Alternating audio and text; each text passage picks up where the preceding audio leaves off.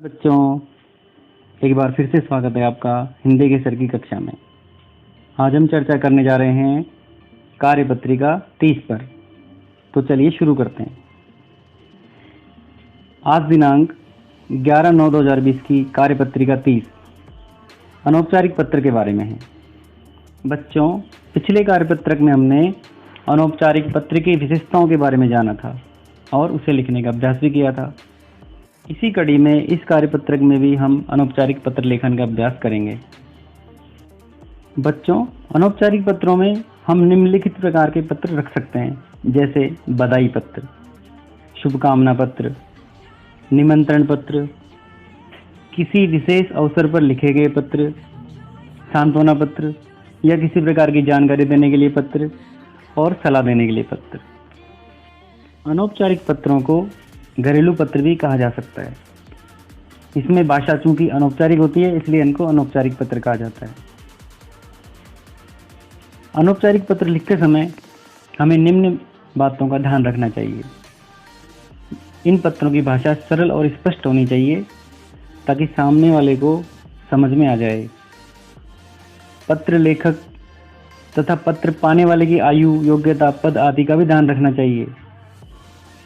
पत्र में लिखी बात संक्षिप्त होनी चाहिए, छोटे से छोटे रूप में होनी चाहिए, अनावश्यक विस्तार से बचना चाहिए।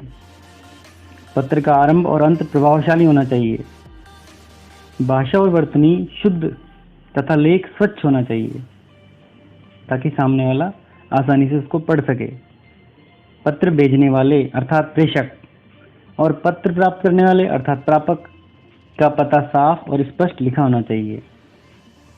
कक्षा या परीक्षा भवन से पत्र लिखते समय अपने नाम के स्थान पर क, ख, घ या पते के स्थान पर कक्षा या परीक्षा भवन लिखना चाहिए। अपना पता और दिनांक लिखने के बाद एक पंक्ति छोड़कर आगे लिखना चाहिए। पत्र में काट छांट नहीं होनी चाहिए। इस प्रकार इन बातों का हमें पत्र लेखन के समय ध्यान रखना चाहिए। अब हम एक पत्र का अभ्यास करते हैं। चलिए आगे बढ़ते हैं। आपकी कार्यपत्रिका में एक प्रश्न दिया गया है। 1 साल पहले आपने अपनी पसंदीदा पुस्तक को अपने मित्र को दिया था। दुर्भाग्य से आपका दोस्त इसे वापस करना भूल गया है। पुस्तक का आपके लिए बहुत महत्व है क्योंकि यह आपको आपकी दादी द्वारा उपहार स्वरूप दी गई थी। अपने दोस्त को उस पुस्तक को वापस करने के लिए पत्र लिखना है। अब आप विचार कीजिए इसको किस तरह लिखना है। चलिए आगे बढ़ते हैं। चलिए मैं आपकी सहायता कर देता हूँ। मैंने आपके लिए इस प्रश्न का हल पत्र स्वरूप लिखा है। आप ध्यान से देखिए, मैं आपको पढ़कर इसे बताता हूँ। सबसे पहले हम लिखेंगे परीक्षा कक्ष, दिल्ली। अगर इसमें हम अपने घर का पता लिखें तो भी चल सकता है। उसके बाद आएगा दिनांक। मैंने आपके लिए दिनांक लिख दी है 11/9/2020। उसके बाद पत्र का प्रारंभ। पत्र के प्रारंभ में जैसा कि मैंने बताया था कि सर्वप्रथम संबोधन किया जाता है।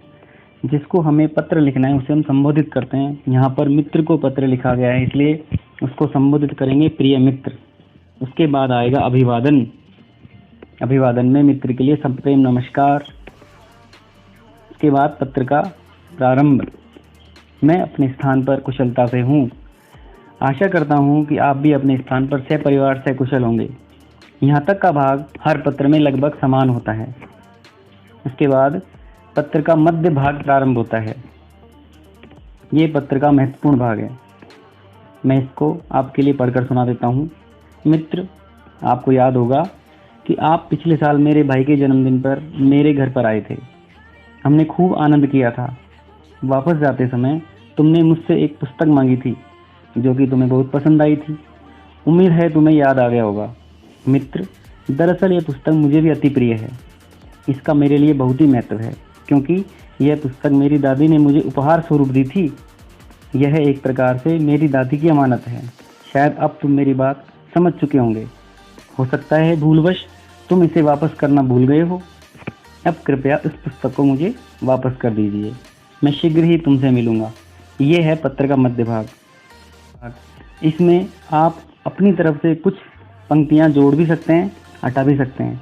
अपने हिसाब से इसको परिवर्तित कर लीजिए। इसके बाद पत्र का समापन।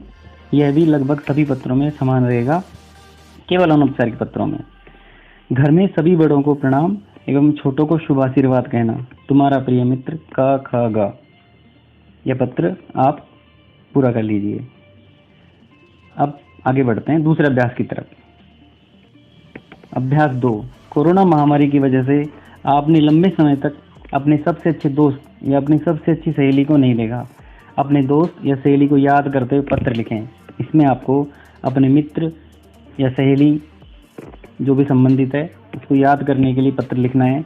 ये आप स्वयं करेंगे, लेकिन मैं कुछ आपकी मदद कर देता हूँ इसमें। ये देखिए, मैंने आपके लिए इसका प्रारूप बना दिया है।